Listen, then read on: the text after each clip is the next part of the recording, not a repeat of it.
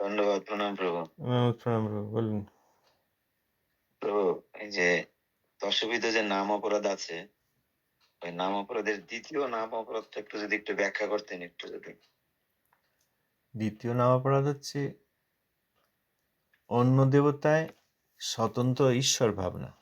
তারাও independently god, তারাও স্বতন্ত্র, আলাদা আলাদা ভগবান। বলে না, হিন্দুদের ৩৩ কোটি দেবদেবী, আবার বলে এই শিব ভগবান এই করলেন, ইন্দ্র ভগবান এই করলেন, উনি এই ভগবান, যেন অনেকগুলি ভগবান। তো যারা মনে করেন যে কৃষ্ণ ভগবান এবং এই শিব ব্রহ্মা আদি, শিব ব্রহ্মা ইন্দ্র আদি এনারাও ভিন্নভাবে ভগবান, এই চিন্তা করে যারা হরিনাম করেন, তারা ওই দ্বিতীয় নাম অপরাধে কবলিত। প্রকৃত তত্ত্ব যে কৃষ্ণ ভগবান এবং তার এনারা সকলেই কৃষ্ণেরই কৃপায় অধিকার প্রাপ্ত এবং কৃষ্ণের দাস দাসী, সকলেই কৃষ্ণ দাস দাসী, কৃষ্ণ স্বয়ং ভগবান। এই ভাবনা নিয়ে যারা হরিনাম করেন তাদের ওই দ্বিতীয় নাম অপরাধ, তার যে অন্যয়, অর্থাৎ দেব দেবী সকলকে কৃষ্ণের দাস দাসী বুঝতে পারে, তখন শুদ্ধ হরিনাম, তখন এই নাম অপরাধ আর হয় না। জি প্রভু। তো অনেকে যারা একটু মাতৃভক্ত, তারা অভিযোগ করে যে আমাদের দেবীকে আমরা আরাধনা করি, তারা বৈষ্ণবরা বলে শ্রীকৃষ্ণের দাসী, তারা সেটা মানতে পারে না, বলছে যে এটা একটা অবজ্ঞা সূচক কথা। হ্যাঁ, এখন এরকম যারা মাতৃভক্ত তাদের এরকম ধারণা আর কি। ওই তো দিগম্বর চট্টোপাধ্যায়ের সঙ্গে যে আলোচনা হলো আমাদের জৈব ধর্মে, ওখানে তো এই কথাই রয়েছে।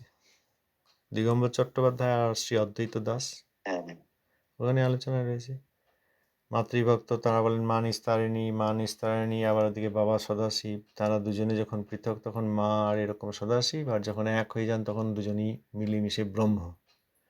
আবার মা নিস্তারিণী এসব প্রসব করেছেন, মা নিস্তারিণী মা মায়া, তাঁর থেকেই চিন্ময় প্রসব হয়েছে, এই যে ধারণা। এরা কেউ তো মাতৃভক্ত নয়, ভক্তি কেবল কৃষ্ণে প্রযোজ্য, কেউ মাতৃভক্ত নয়। যারা বলছেন আমরা মাতৃভক্ত, তাদের অধিকাংশই মায়ের কাছে গিয়ে বিভিন্ন জিনিস চেয়ে নিচ্ছেন, এই জন্য তাদের এইরকম একটা ভাব যে মা আমাকে এটা দেবে, মা সন্তান দেবে, মা সম্পত্তি দেবে, মা ভালো পরলোক দেবে ইত্যাদি অধিকাংশ। আর কিছু লোক ব্রহ্মবাদী, ওই যে যারা বলেন মা নিস্তারিণী আর সদাশিব, যখন পৃথক তখন তারা এরকম, আর যখন ওই এক ছেলে তখন তারা ব্রহ্ম। তাদের মধ্যে মাতৃভক্তি বলে কোনো বস্তু নেই। মায়ের জন্য তারা কি করেছেন, তাহলে তো বুঝতে পারতেন মা কে, কার দাসী, বুঝতে পারতেন। বুঝতে পারছেন না, কি করে মাতৃভক্ত হবেন? চেয়ে নিচ্ছেন, চাওয়াটাকে বন্ধ করুন, তারপরে বোঝা যাবে কার কোথায় ভক্তি।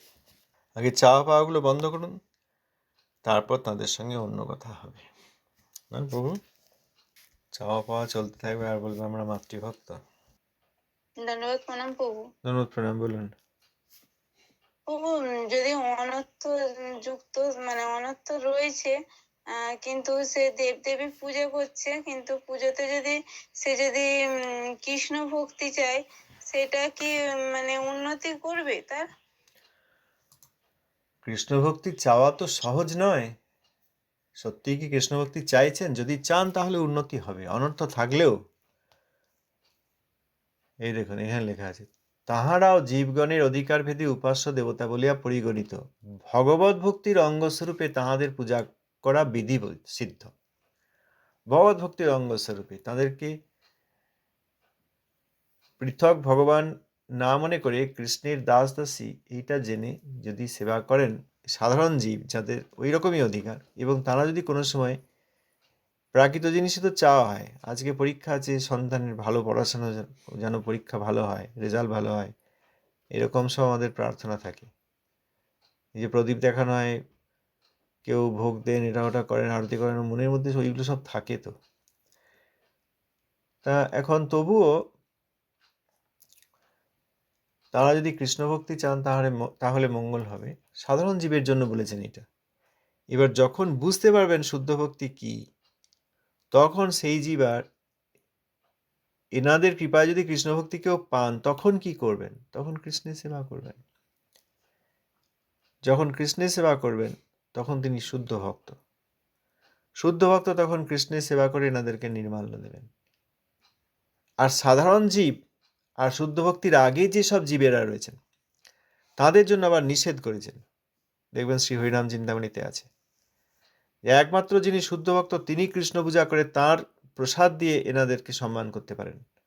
যার এখনো শুদ্ধ নাম হয় নাই, অর্থাৎ নামাপরাধ আদি আছে, তিনি যেন যে আমি এনাদেরকেও কৃষ্ণ ভক্ত বলে সেবা করছি বলে এনাদেরকেও এইসব করছি বলতে যান, তাহলে তাদের মধ্যে যে এখনো অনর্থ এবং চাওয়া পাওয়া আছে তারা সেই করে ফেলবেন। এই জন্য ঠাকুরমশাই নিষেধ করেছেন।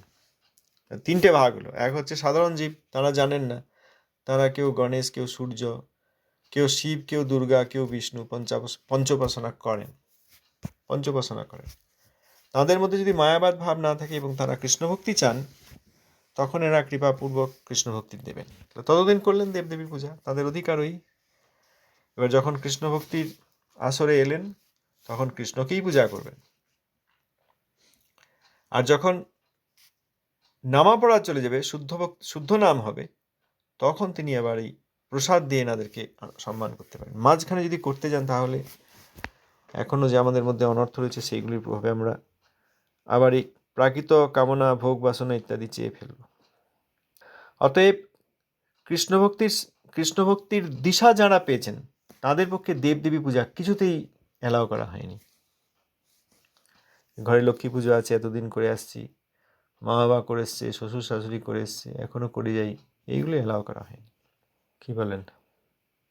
এখন অনেকে দেখতে পাচ্ছি ভক্তির শুরুতেই মহাদেব মানে মহাদেবকে পরম বৈষ্ণব বলে করে শুরু করে মানে বলছে যে আমরা কৃষ্ণ ভক্তি পাওয়ার জন্যই মানে মহাদেবেরকে মানে শিবরাত্রি আর মানে এইগুলো করে বলছে। তাহলে এগুলো তাহলে ঠিক না প্রভু, তাই তো? শিবরাত্রি করে কে করে দেখতে হবে তিনি কি চাইছেন। হ্যাঁ, কি চাইছেন দেখতে হবে। দেখা যাবে কোনো না কোনোভাবে তিনি প্রাকৃত জিনিস চাইছেন। এরকম কন্যাগণ আছেন কৃষ্ণ ভক্ত বলে সেবা করছি, তারপর বললো যে আমাকে ভালো স্বামী দিও, ভালো বর দিও, বলে না? তাহলে তো আর মহাদেবের পূজা কৃষ্ণ ভক্ত বলে করা হলো না, তার কাছে গিয়ে আবার বর চেয়ে নেওয়া হচ্ছে, মানে ভালো যেন ভালো জায়গায় বিবাহ হয়, বল না? এরকম করে সব কন্যাগণ। আমাদের হৃদয়ের মধ্যে যে কামনা বাসনা আছে, এটা চাই ওটা চাই, অত সহজে যায় না তো, এই জন্য নিষেধ করা আছে। শ্রী হরিনাম চিন্তামণি পঞ্চম অধ্যায়। অন্নদেব নির্মাল্য গ্রহণে অপরাধ, শুদ্ধ ভক্তি সাধনে সর্বদা সাধেবাদ। তবে যদি শুদ্ধ ভক্ত শ্রীকৃষ্ণ পূজিয়া অন্নদেবী পূজা করে তৎপ্রসাদ দিয়া, সে প্রসাদ গ্রহণেতে নাহি অপরাধ, সেই রূপ দেবার চরে নহে ভক্তিবাদ। শুদ্ধ ভক্ত নাম অপরাধী নাহি হয়, নাম করি প্রেম পায়, নামে দেয় জয়। এটা দেখুন, এখানে খুব ভালো করে বলা আছে। যদি কি আপনি পড়ে চলে যান বোঝা যাবে না। এই শব্দগুলো ঠাকুরমশাই লিখেছেন যে অন্য দেবতার নির্মাল্য গ্রহণ, অর্থাৎ অন্য দেবদেবী তাদের পূজা হয়েছে সেই প্রসাদ ভক্ত নেন না। কারণ যারা পূজা করেছেন তারা কামনার সঙ্গে করেছেন। এই দুর্গা পূজা হচ্ছে বা এই যে শিব পূজাও হলো, সেখানে অনেকে জল ঢালছেন, পূজা করছেন, কি চাইছেন তারা কিছু না কিছু প্রাকৃত জিনিস চেয়ে নিচ্ছেন। অতএব সেখানে তাদের প্রকৃত পূজা হয়নি। অতএব সেই নির্মাল্য, সেই প্রসাদ নিতে গেলে তাঁরা যে কামনা এবং বাসনার সঙ্গে পূজা করেছেন সেইগুলি আমার মধ্যে আসবে। সেখানে তো প্রসন্ন হয়ে শিবজি দিচ্ছে না, ঠিক আছে তুমি চাইছো ভালো স্বামী চাইছো, আচ্ছা ঠিক আছে পাবে। তাহলে সেই প্রসাদ এবার ফলমূল রূপে, ফুল রূপে যেগুলো রয়েছে সেইগুলো আমি নিতে গেলে আমার মধ্যেও কামনা বাসনা আসবে এবং শুদ্ধ ভক্তির সাধনায় সর্বদা সাধেবাদ, অর্থাৎ ওই বাধা হয়ে দাঁড়ায়। এটা সাধারণ লোকের যে পূজা হচ্ছে, দুর্গা পূজা, শিব পূজা, গণপতি পূজা, কার্তিক পূজা, সেখানে রূপ চাওয়া হচ্ছে, এইগুলি নিষেধ করা আছে। অন্যদিকে যদি শুদ্ধ ভক্ত কেউ কৃষ্ণ পূজা করে তার প্রসাদ দেন দেবদেবীদের, সেই প্রসাদ নিতে কোনো অসুবিধা, কারণ সেই প্রসাদ তো কৃষ্ণের প্রসাদ। কৃষ্ণের প্রসাদ দেবদেবীদের দেওয়া হয়েছে, তারা কৃষ্ণ প্রসাদ পেয়ে আনন্দিতা হয়েছেন, তারপর তাদের আবার প্রসাদ নেওয়া হলো, খুব ভালো। সে প্রসাদ গ্রহণতে নাই অপরাধ, কারণ সেখানে শুদ্ধ ভক্ত কৃষ্ণ পূজা করে যে দেবদেবীকে প্রসাদ দিচ্ছেন সেখানে তিনি কিছুই চাননি, ঘর বাড়ি, ধন দৌলত, স্বামী স্ত্রী, রূপ যৌবন কিছুই চাননি। অতএব সেই প্রসাদ গ্রহণতে নাই অপরাধ, সেই রূপ দেবার্চনে নহে ভক্তিবাদ। কৃষ্ণের প্রসাদ দিয়ে তাদেরকে যদি আনন্দিত করা হয়, সম্মানিত করা হয়, তাতে ভক্তিবাদ হয় না।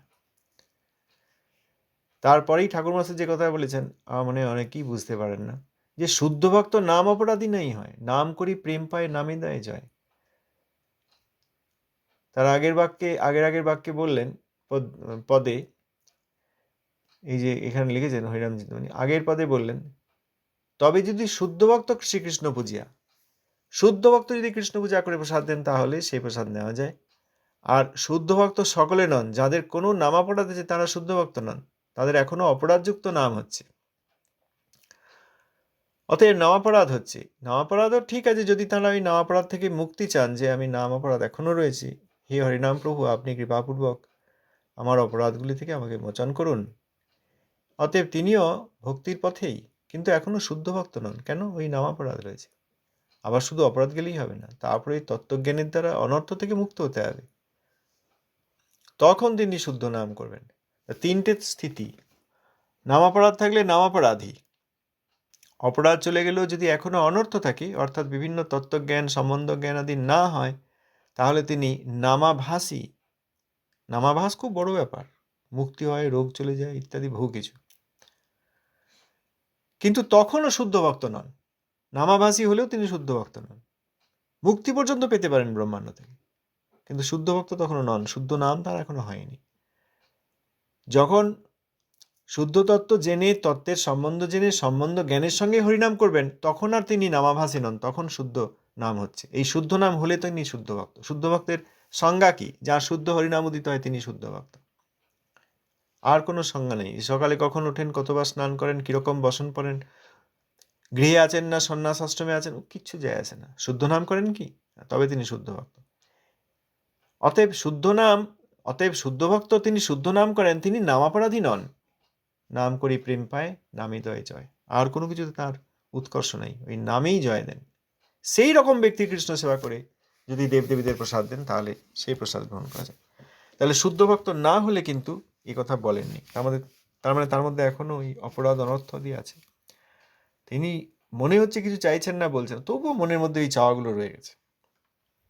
অতএব ও যুক্তি দেওয়া যাবে না যে আমি তাদের ভক্ত বলে তাদেরকে পূজা করছি আর মনে মনে এটা ওটা চেয়ে নিচ্ছে। চাইবেই, যতক্ষণ শুদ্ধ নাম না হয় ততক্ষণ ওই অপরাধ অনর্থ আছে, ততক্ষণ চাইবেই। অতএব শুদ্ধ নাম হচ্ছে শুদ্ধ ভক্ত তিনিই করেছেন, তখন আলাদা কথা, আর কেউ ওইসব যুক্তি দিতে পারবেন না। তো হয় দেখলাম বলে যে ওই সব গৃহপ্রবেশ হচ্ছে, গণপতির প্রথমে পূজা হচ্ছে ইত্যাদি। গণপতির পূজা হচ্ছে কারণ এসব লেখা আছে, শাস্ত্রে লেখা আছে। শাস্ত্রে অনেক বিষয় আছে, যার যেরকম অধিকার তিনি শাস্ত্রের সেই অংশ নিয়ে বলবেন যে হ্যাঁ শাস্ত্রে লেখা আছে আমি করছি, তার অতিই অধিকার। সব অধিকারের ব্যক্তির জন্য শাস্ত্রে পদ্ধতি লেখা আছে। তাঁরা এখন তাহলে কৃষ্ণ কনসাস নন, কৃষ্ণ ভক্ত নন। এই দেখুন, আমি যে প্রায়ই বলি, কৃষ্ণ প্রভু, ধন্যবাদ প্রণাম। ও দণ্ডবত প্রণাম, জয় নিতাই, বলুন। জয় নিতাই প্রভু। প্রভু আমার একটা আউট অফ টপিক একটা কোয়েশ্চেন ছিল প্রভু। হ্যাঁ প্রভু বলুন। আচ্ছা প্রভু, কোনো ব্যক্তি যদি মানে কোনো জায়গায় গেল, এখন সে সব জায়গাতেই হচ্ছে একটা আকর্ষণের কেন্দ্র হয়ে ওঠে, মানে ভগবানের সেবায় নিজেকে নিয়োজিত করতে চেষ্টা করছে, এবং এইটা তার মনে একটা অহংকার তৈরি করছে, এক্ষেত্রে সে কি করতে পারে? যে আমার উপর সবাই ফোকাস করছে, হ্যাঁ হ্যাঁ মানে আপনি বলতে চাইছেন সেই ব্যক্তির উপর সবাই ফোকাস করছে, তিনি ভাবছেন আমাকেই সবাই দেখছে, আমার কথাই সবাই শুনছে, হ্যাঁ হ্যাঁ হ্যাঁ তা আমার কি করে প্রতিষ্ঠা যাবে? হ্যাঁ দেখুন, প্রতিষ্ঠাটা আর কে দেখছে বা কে ফোকাস করছে তার উপর নয়, আমি সেটা নিচ্ছি কিনা। যদি তিনি না নেন, যদি কৃষ্ণে তাঁর ধ্যান থাকে, কৃষ্ণ নামে তাঁর চিন্তা থাকে, তাহলে কে দেখলো, কে ফোকাস করলো, কে ভালোবাসলো, কেউ ঘৃণা করলো, তাতে তার কিছুই যায় আসে না। অতএব প্রতিষ্ঠা লোকে দিতেই পারে, তিনি সেটা আচ্ছা, না আচ্ছা। দেখলেই হলো, তিনি দেখলেই প্রতিষ্ঠাটা নেওয়া হচ্ছে। ফুলও হ্যাঁ, ছুটতে মানে পারে, নিজের মনে হ্যাঁ ফুলও ছুটতে পারে, ঢেলাও ছুটতে পারে। অগ্রাহ্য করলেই তার ফুলেরও প্রভাব নিলেন না, আবার ঢেলা ছুলে তার যে ঘৃণা অবজ্ঞা সেটাও তিনি নিলেন না। এটা করতে পারলে তখন তার আর প্রতিষ্ঠা হবে না। প্রতিষ্ঠা দিতেই পারে লোকে, তিনি নেবেন না, এটাই হচ্ছে বড় কথা। মানে নিজের হচ্ছে নিজের মনের মধ্যে সেটা আসতে দেওয়া যাবে না। হ্যাঁ, ও দেখার সময়ই নেই, কে দেখলো, কে শুনলো, কে ভালো বললো, কে খারাপ বললো, কিছু যাই আসে না। নিজেকে নিয়ে তিনি চিন্তিতই নন। হ্যাঁ, হ্যাঁ, হ্যাঁ। তিনি গুরুবর্গকে নিয়ে চিন্তিত। গুরুবর্গ দিয়েছেন ভগবান, সেই ভগবানকে নিয়ে চিন্তিত। দেখছেন না, ভক্তগণ সোজা ভগবানের কাছে যাচ্ছেন না। এই যে কৃষ্ণ কনসাস কথাটার মধ্যেই বুঝতে পারছেন না লোকজন। তারা প্রথমে ভক্ত কনসাস হন, যিনি দিচ্ছেন কৃষ্ণ সেই গুরুবর্গকে আগে ভালোবাসুন, সেটাই তো করছে না। কৃষ্ণ কনসাসের মধ্যে ওই একটা কনিষ্ঠাধিকারগত ভাবনা রয়েছে, যদিও অপরাধ থাকলে সে তার কোনো অধিকারী নয়। তো যাই হোক, এই ব্যক্তি তিনি ফোকাস করবেন প্রভুপাদ কি বলেছেন, গৌরকিশোর দাসবাজি মহারাজের কি শিক্ষা, শিল ভক্তিনাথ ঠাকুর মহাশয় কি বলেছেন, এইসব চিন্তা করবেন তিনি। ও কে কি বললো, কে ভালো বললো, কে খারাপ বললো, কে গালি গালাজ, কিচ্ছু যায় আসে না। গীতায় আছে না, শ্রীমদ্ ভগবদ গীতা 12 অধ্যায়, নিন্দা স্তুতিতে সমান। নিন্দা করলেও তার কিছু আসে না, স্তুতি করলেও তার কিছু আসে না।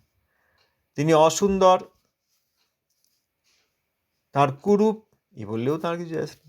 তিনি খুব সুন্দর, তার স্বরূপ এ বললেও তার কিছু আসে না। কারণ তিনি জানেন কার রূপের কথা বলছে। নিশ্চয়ই শরীরের রূপের কথা বলছে, কারণ আমার আত্মাকে তো তারা দেখতে পাচ্ছে না। আমি যে গুরুবর্গের শিক্ষা সেইগুলিকে প্রধান এবং মূল উদ্দেশ্য করেছি জীবনে, সেটা তো তারা দেখতে পাচ্ছে না।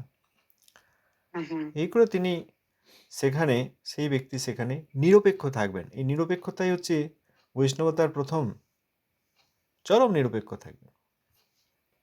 কিন্তু আমি জানি না কোন স্থিতির উপর বলছেন, আপনিও রূপক হিসাবে বললেন, আমিও রূপক হিসাবে বোঝার চেষ্টা করলাম। যদি লোক আকর্ষিত হয়ে ভালোবেসে আসে, ভালোই তো, খারাপ কিছু নয়। তাদেরকে কিভাবে কৃষ্ণ ভক্তি, শুদ্ধ কৃষ্ণ ভক্তি দেওয়া যায় সেটা বলা যেতে পারে। হ্যাঁ, হ্যাঁ, আমি চেষ্টা করি প্রভু, কিন্তু আমি তো নিজেও প্রভু এখনো শুদ্ধ হতে পারি, মানে শুদ্ধ।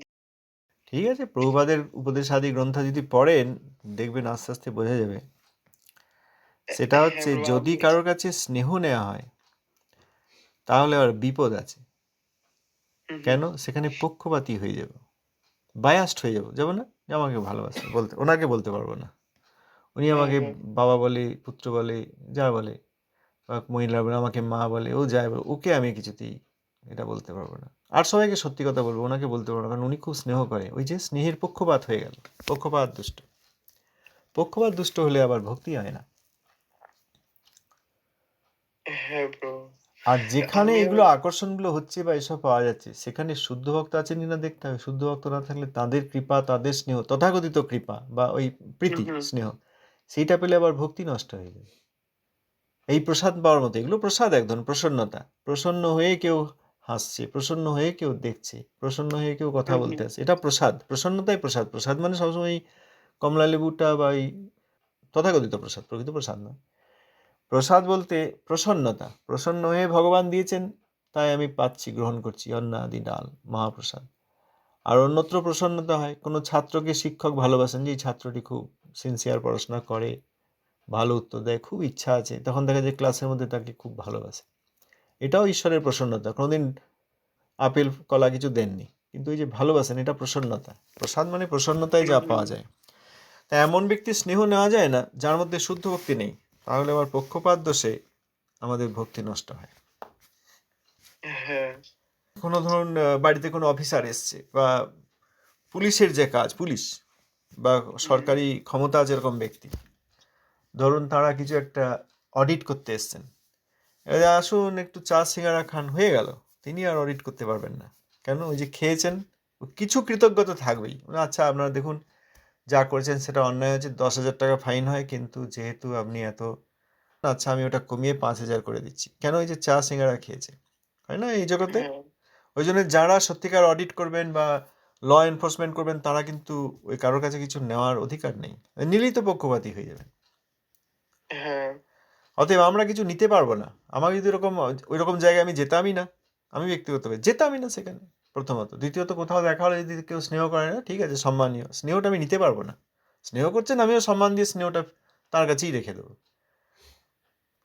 কারণ তাদের স্নেহ, তারা যদি শুদ্ধ ভক্ত না হন, তাদের স্নেহ নেওয়ায় ভক্তি নষ্ট হবে। আর দ্বিতীয়ত, তাদের প্রতি আর নিরপেক্ষ হতে পারবো না। দেখবেন বলবে, ওনার সম্বন্ধে কেন এই কথা বলছেন, উনি আমাকে এত স্নেহ করলেন, ওনার বিরুদ্ধে এই কথা আমি আর শুনতে পাচ্ছি না, বলে ভক্তি ধর্ম থেকেও চ্যুত হতে পারেন। মানে আমরা কথা বলছি না এইসব ক্ষেত্রে। শুদ্ধ ভক্ত যেখানে নেই সেখানে আমরা যাবই না, গেলেই অসুবিধা। যারা সেটাই যে ভক্তি আমার চরণে কাছে অপরাধী তাদের সঙ্গে কোনো প্রকার ব্যবহার করতে নেই, কোনো প্রকার ব্যবহার, দেওয়া নেওয়া, খাওয়া খাওয়ানো, তাদের কথা শোনা বা শোনানো, নিজের কথাও শোনানো ও সঙ্গ হয়। দদাতি প্রতিগৃহ্ণাতি গুজ্জামাখ্যাতি পৃচ্ছতি ভুংতে ভুজেতু চৈব সর্বিধং প্রীতি লক্ষণ।